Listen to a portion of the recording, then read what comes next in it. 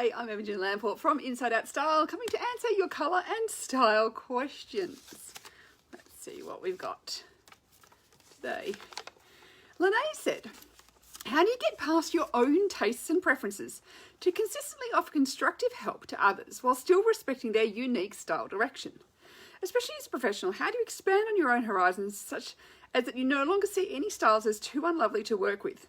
That is, you can distinguish personal preference from style faux pas. I admire how you do this, but I'm not there yet and I'd like to be. Well, part of the answer to this, Lene, is actually within my training, one of the things you learn about is understanding all the different personality styles. So really getting deep into the different elements of personality style and how they are expressions of lots of different personality traits. And that every single one of these is valid. There is nothing wrong with any one of them. We're all unique humans. We all get to have our own personalities. And we can express them in a way that is true and authentic to us. And I really believe that feeling authentic on the inside is as important as looking great on the outside. And that if you are not feeling authentic on the inside, you will never have that confidence on the outside that you want, because you're not feeling that your style is expressing who you are. And I know this because, I've spent years experimenting before I became an image consultant. I would, go, oh, my friend's stylish, I'm going to dress like her. Go, okay, well, she wears this and she looks really good, so I'm going to try that out. And even though she looked amazing, I just never felt comfortable. And because I never felt particularly comfortable, I therefore didn't express confidence. And it didn't improve my self-esteem in the way that when you are wearing something that is true and authentic to you, it's your inside expressed on the outside. You have this inner confidence. It's like a little inner light switch that's turned on and you feel so much more comfortable in your own skin. And so this is where in the training, I learn all about all the different personality traits and really dive deep into that. And I think having an understanding that we're all different and that there's no one way of being that is the right way. Everybody is perfect in their own way. And so therefore understanding, here goes the dogs. Sorry about that. My kids have just come home. So the dogs are very excited.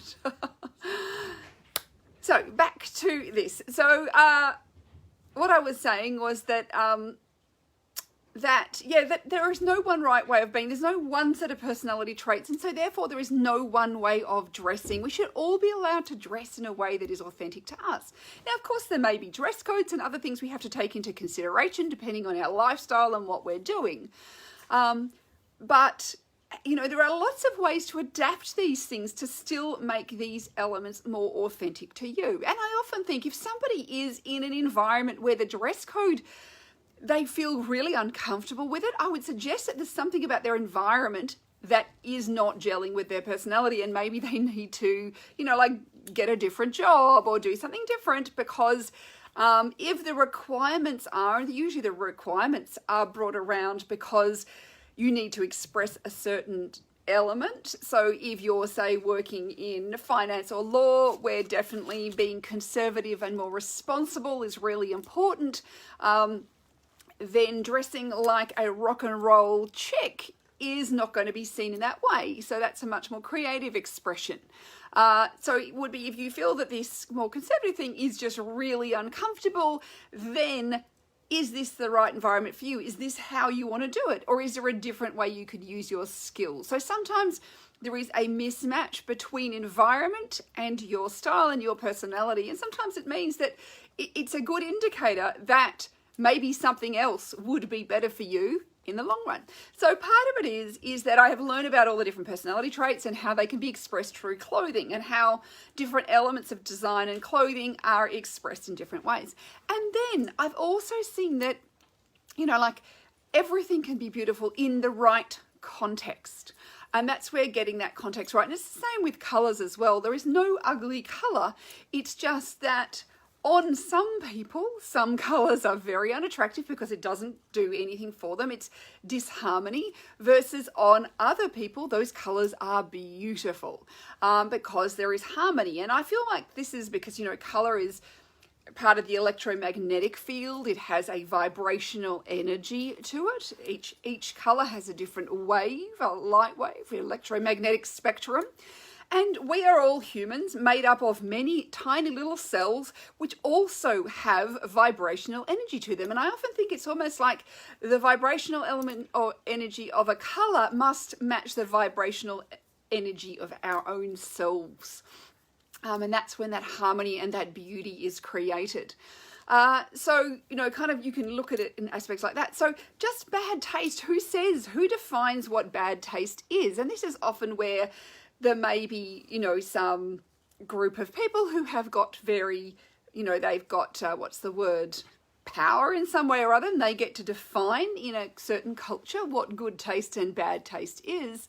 But often what I think the difference between good and bad taste, it's actually not to do with personal taste. It's more to do with elements of design. So when you look at how things are designed, whether it's art, architecture, graphic design, fashion, these are all things that are designed. And this is where if you look at the different elements of design, and I've got a blog post all about the aesthetics design and how we like things like shapes that relate to each other because that creates a harmony. So all these aesthetics of the design actually relate to creating harmony with each other. And so this is another thing you can look at. But, you know, part of, you know, you ask about how do I do it? I put my own personal preferences to one side because it's not about me. I am not wearing your clothes. I have no interest in wearing other people's clothes so much. So it's not about me. What I'm trying to do is recognize the beauty in you and how you can express that in a way that's true and authentic to you. It's your inside on your outside. It's not about me and anything to do with me. It really is putting aside my own thoughts and preferences and working with each person as a unique individual with their personality and their coloring and their body, their vibrational energy. That whole lot has to go together to make it right for them. And that has nothing necessarily to do with me. So really, part of it is learned. You know, I certainly had to learn how to put my own preferences to one side, and that comes with, you know, practice.